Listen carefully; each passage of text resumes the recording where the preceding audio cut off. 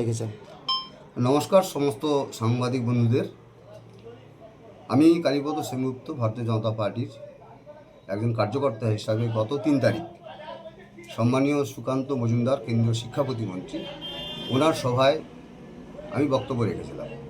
নির্বাচনে লক্ষ্মীর ভান্ডার পাওয়া মায়েরা ভারতীয় জনতা পার্টিকে যেমন ভোট দেবেন, এখনো লক্ষ্মীর ভান্ডার পাওয়া মায়েরা আছেন যারা জোড়া ফুলে ভোট দিতে যাবেন।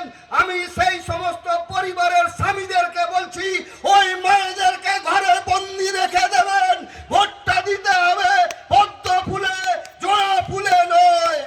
তাই তো সেই বক্তব্যের পরিপ্রেক্ষিতে আমার কিছু বলা দরকার আমি মনে করছি, কারণ বিরোধী রাজনৈতিক দল আমাদের তৃণমূল কংগ্রেসের যিনি second in command Abhishek Bandyopadhyay নিজে এক্স হ্যান্ডেলে টুইট করেছেন। তারই পরিপ্রেক্ষিতে বলার আগে আমি আপনাদেরকে একটা জিনিস শোনাতে চাইছি, বাকি কথা আমি পরে বলছি। এই হচ্ছে তৃণমূল কংগ্রেসের নেতা অনুব্রত কি বলছে শুনুন। মা বোনদের সম্পর্কে আমাদের রুচিতে বাদে অনেকেই জানেন, জাস্ট অল্পটা শোনালাম, বাকিটা সবাই জানেন, শুনেছেন। আমি দ্বিতীয়টা শোনাচ্ছি। যে রাজ্যের মহিলা মুখ্যমন্ত্রী, যিনি আজকে তৃণমূল কংগ্রেস যেভাবে উনি বলছেন যে আমরা লক্ষ্মীর ভাণ্ডারের মায়েদেরকে অসম্মান করেছি, আমি রাজ্যের মহিলা মুখ্যমন্ত্রীর একটা রেকর্ডিং শোনাচ্ছি।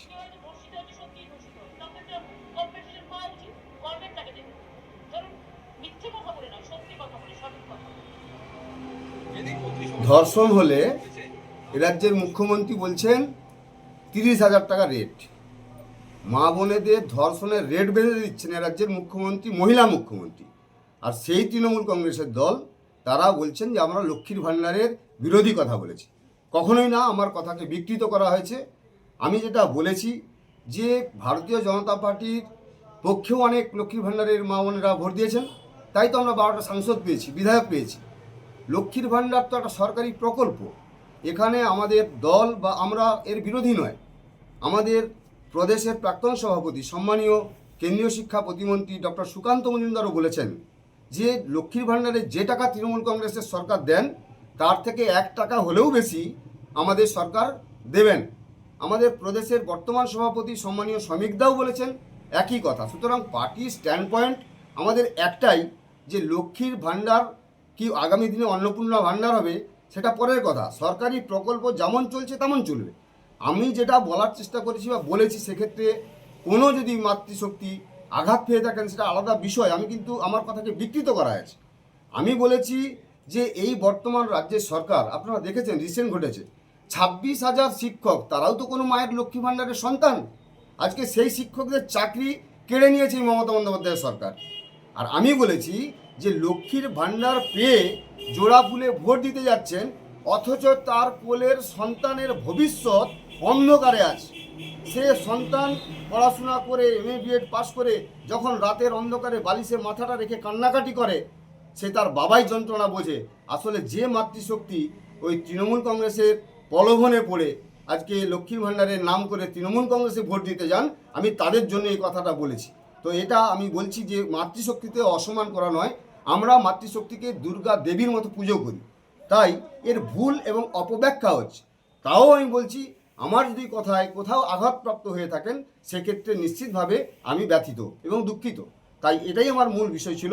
আমি এটা বলতে চাইছি, আমরা লক্ষ্মীর ভাণ্ডার প্রকল্পের বিরোধী নয়, আমরা সরকারি প্রকল্পের বিরোধী নয়। তাহলে কেন্দ্র সরকারের যে ধরনের প্রকল্পগুলি মানুষকে সরাসরি আমাদের পশ্চিমবাংলার তৃণমূল কংগ্রেসের সরকারকে আমলে দিচ্ছে কেন্দ্রের সরকার, দেশের যশস্বী প্রধানমন্ত্রী মোদিজি, তাহলে তারপরে কি আমরা দিচ্ছি না আটকে রেখেছি না বন্ধ করেছি?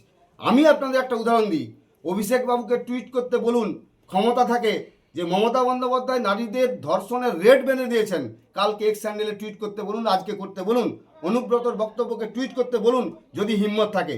আমি আপনাদের লক্ষ্মীর ভাণ্ডারের একটা কথা বলেই আমি কথা শেষ করব। ময়না বিধানসভার বাচ্চা 12,000 মহিলা বিজেপি করার জন্য তাদের লক্ষ্মীর ভাণ্ডারের প্রকল্পে তাদের নাম দেয়নি। গত ডিসেম্বর মাসের আমাদের এই লড়াই আন্দোলন ওখানে নেতৃত্বরা করেছেন, তারপর বিডিও কথা দিয়েছেন, তাও দেবেন কি দেবেন না তাও এখনো ঠিক নেই। তাহলে এরা আবার বড় বড় কথা বলে কি করে? আমার এটাই কথা ছিল, আমি এটাই আপনাদেরকে জানালাম।